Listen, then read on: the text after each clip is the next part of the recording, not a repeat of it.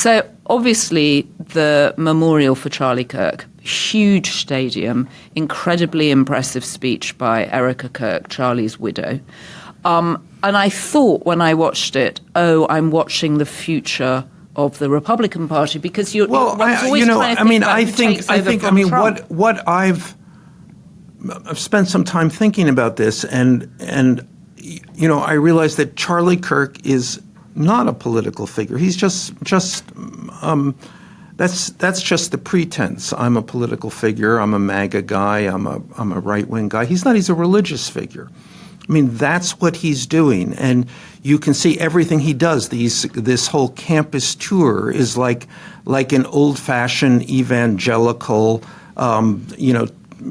preacher in the 10 revival meting. Mm-hmm. That's what he does, and there's little pretense otherwise. By the way, it's all about if you don't believe in Jesus, in the traditional place for the traditional role for women, the superiority of men, then you're outside of the circle of salvation. And, the interesting thing is that, the truth is that religion in the United States is not very popular. Right. Far fewer people are going to church. Far fewer people are going to temple, to mosque, any of it, right? And that accelerated during COVID, too. Totally. So what he's done is repackage this as politics.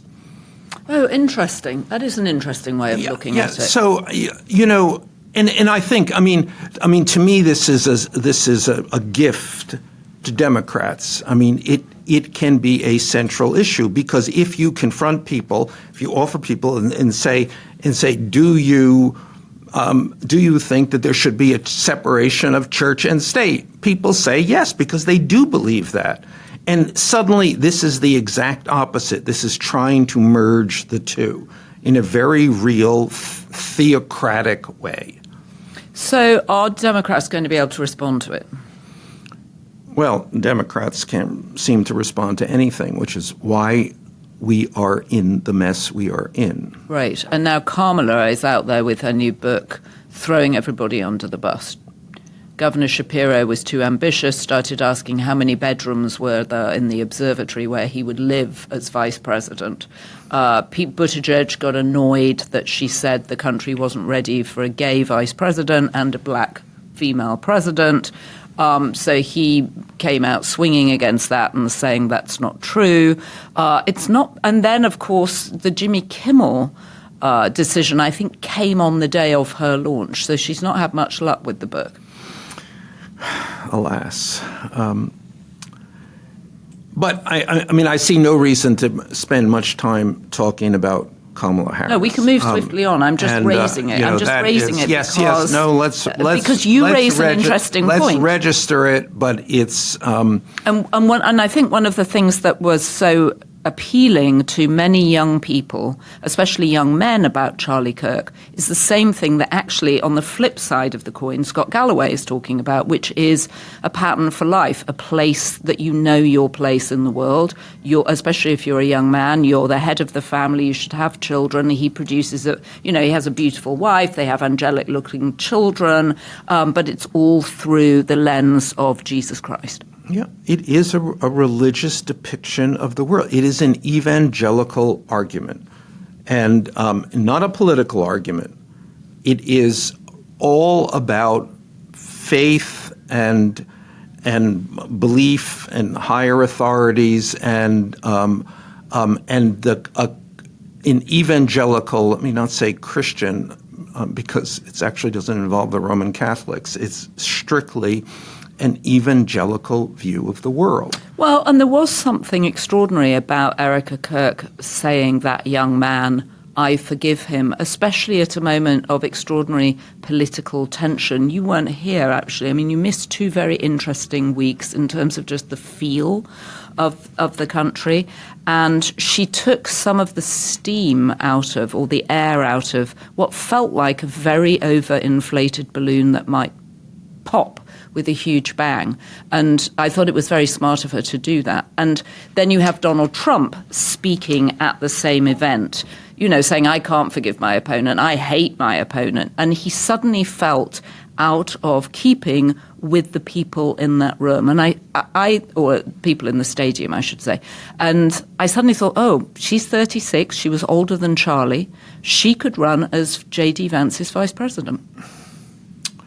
She could absolutely do it. She's a very compelling figure. And to be able to address a huge stadium like that, 11 days after your husband has been killed, I thought we're witnessing the changing of the guard. And Trump seems out of touch with the people in the room. And when she said the thing about the forgiveness, the crowd got up. They all gave her a standing ovation. It's another interesting aspect of this that Trump becomes the agent, the key agent of this religious revivalism, because obviously Trump believes in nothing. Well, I was going to say the least religious person. And also just the fact he got up there and said he hated his opponent. It just felt it was the wrong moment to say that, even for Trump, who's good at reading the room. I never discount Trump's instincts here. So maybe he was off, but... Well, or maybe he was seeing something that he felt... It felt to me like he was trying to pull the room back to him. And he was funny. He was funny when he was saying it. It was a moment of levity. I don't know. I mean, I hear what...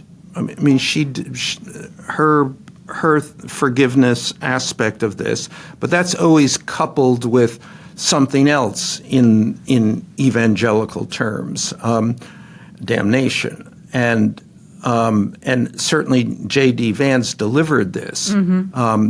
It's talking about evil. That very clear kind of hell brimstone kind of thing. You're going to hell. That means, and let's make no mistake, who is going to hell? Half of the country. Well, we're not going to hell. We're going inside Trump's head. Yes. We're going inside Trump's head, which is his own special kind of hell. All right, moving swiftly on to our friend Tylenol and the press conference where Donald Trump gave his medical theories. It was unbelievable. I was like, and I flashed back to there was a moment when I was writing Fire and Fury. There's a guy by the name of Sam Nunberg, and Sam was Trump's really first political advisor. Came on and had worked for Roger Stone, and then came on in 2015. They ultimately had a fight, Trump and Sam Nunberg. Of course they had a fight. Of course. But throughout those first political years and into the White House, all Trump people would say, well, if you need to understand anything about Trump, you got to go to Sam. Sam is the Trump whisperer. He really knows what's inside Trump's head. And at one point, so I'm writing Fire and Fury and trying to figure this out. And I go into that book having no preconceptions. I actually thought, well, Trump might be an interesting president. He could, he has as much chance of doing the unexpected in a good way as in a bad way. And but I'm trying to figure this out, and I go to Sam and I say, okay, help me understand. And I'm sketching this out. And then Sam looks at me. There's a big pause, and I can still feel this. And he said, "You don't get it, do you?" And I'm like, "Okay."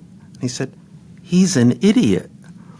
And at that moment, it all came clear to me, because Trump is, in very classic terms, an idiot. He knows nothing about anything. He listens to no one. He's just off half-cock this way and that way. And that was a perfect moment of this yesterday during this Trump on autism. And there was this kind of thing. Well, everybody has a theory.